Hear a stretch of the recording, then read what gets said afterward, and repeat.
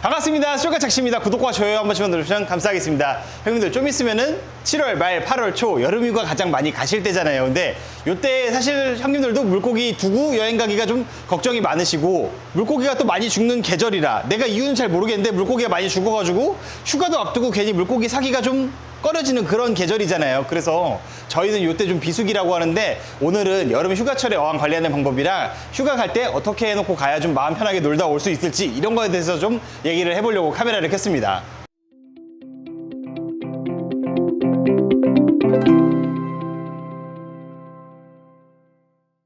일단 보통 휴가를 짧게는 뭐 2박 3일 이렇게 다녀오실 수도 있겠지만 길게는 일주일 넘어서 가실 수도 있잖아요. 그래서 요거에 대해서 좀 나눠서 얘기를 해줘야 되는데 보통 우리가 키우는 게 소형어 이런 애들이나 아니면은 뭐 금붕어 이런 것들 많이들 키우시잖아요.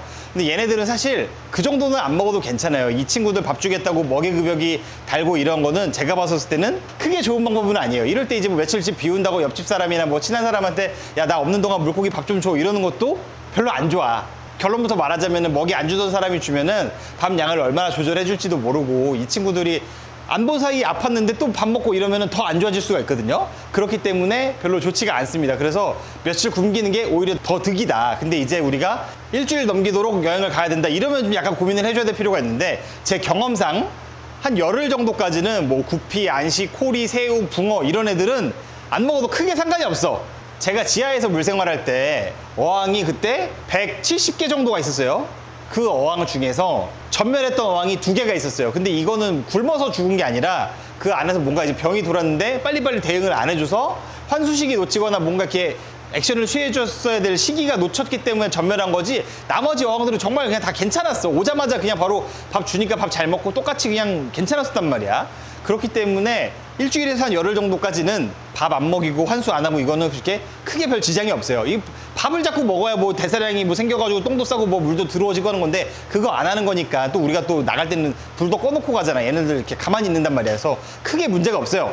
근데 이제 우리가 괜히 여행 가기 전에 특식을 먹여야겠다, 잘 먹여야겠다 막 이렇게 생각을 해가지고 지렁이 같은 거 주고 가신 경우가 있잖아요. 근데 이거는 되게 위험한 생각이에요. 지렁이 같은 경우는 오늘 괜찮을 수 있어, 내일 괜찮을 수도 있어. 어항에 남아있으니까. 근데 모레 갑자기 어항을 뒤집히고 다 완전 전멸해버리고 그럴 수도 있거든요. 그래서 이 실지렁이 같은 게 정말 이제 아무리 업체에서 관리를 잘해서 보내줬다고 한들 아무리 상태가 좋았다고 한들 갑자기 안 좋아질 수가 있어. 그래가지고 저 같은 경우도 잠깐 사이에 물 다 가버려가지고 물고기 죽어버리고 이런 경우가 생각보다 굉장히 많거든요. 그래서 사람들이 실지렁이가 양날의 검이다 이렇게 말하는 이유는 그런 이유도 있어요. 뭐 기생충이나 검역 때문에 뭐 양날의 검이다 이렇게 말할 수도 있겠지만 그냥 여행 갈 때 특식겸으로 주고 가버려야지 이런 생각 굉장히 위험하다. 그리고 먹이급여기 같은 거는 형님들 뭐 먹이급여기 대참사 이렇게만 검색해 보셔도 그런 사례가 굉장히 많아요. 나는 먹이를 요만큼 주려고 그랬는데 막 이만큼 줘버려가지고 어항 다 뒤집혀 있고 뭐 난리 나고 오히려 죽어 있고 이런 얘기는 수족관에서도 굉장히 많이 생겨요. 그래서 제가 먹이급여기를 안 파는 게 괜히 그거 몇천 원 벌자고서 먹이급여기를 팔았는데 손님 물고기 다 죽어봐. 이거 누구 탓할 거야. 그래서 저는 그냥 안 팔아요. 굳이 하지 않아도 괜찮다. 그리고 우리 형님들이 여행 가신 사이에 정전이 날 수도 있잖아요. 여름에는 정전 종종 나잖아요. 요럴 때 이제 정전이 나 있었는데 기포기 같은 거 역류했다 이러면 진짜 골치 아파지거든요. 그래서 며칠 동안 집을 비우실 계획이 있으시면은 모든 에어 관련된 용품 근처에는 역류 방지기 다시는 게 좋아요. 물론 그래서 기포기를 위에다 다는 것도 있지만 그러지 않은 경우도 많잖아요. 그렇기 때문에 집을 장기간 비우실 계획이 있으신 형님들은 역류 방지기 무조건 달아놓는 게 이득입니다. 딱 비웠어. 근데 물 역류했어. 그럼 기포기가 물 먹어. 그럼 그대로 그냥 물고기도 가고 우리 집도 가는 거야. 저희도 에피소드가 하나 있는데 저희 매장에 상면역 어기 하나 달아놓은 게 있어요. 근데 이 거북이 새끼가 호스를 뽑아놓은 거야. 그러니까 물이 밤새도록 수족관 밖으로 나왔던 거지. 아침에 출근했더니 거북이 어항물 대강 봐도 한 60리터가 빠져 있어요. 빠져 있으면 그걸로 끄시면 다행인데 냄새가 항상 조심하셔야 됩니다, 형님들. 그리고 여름철에 물고기 많이 죽는 거에 대해서 좀 얘기를 해드려야 될 것 같은데 이 여름철에는 우리 형님들 에어컨 키시잖아요. 그래서 소형 어항일수록 아니면은 큰 어항이더라도 에어컨을 직방으로 맞는 자리라면은 이 물 온도 차이가 예를 들어서 사무실 같은 데는 밤에는 아예 에어컨 안 키잖아요.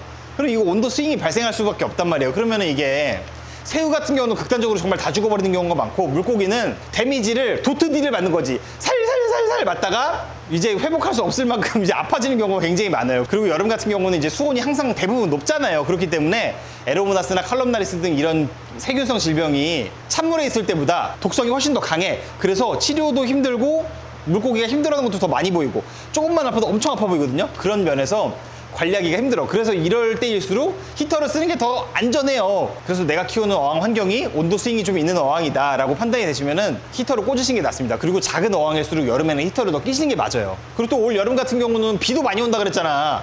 항상 더울 때 비 많이 와. 그러면 또 온도 막 많이 내려가잖아요. 이럴 때 물고기들도 온도 차이 때문에 스트레스 많이 받아가지고 이렇게 물고기들이 잘 죽어요.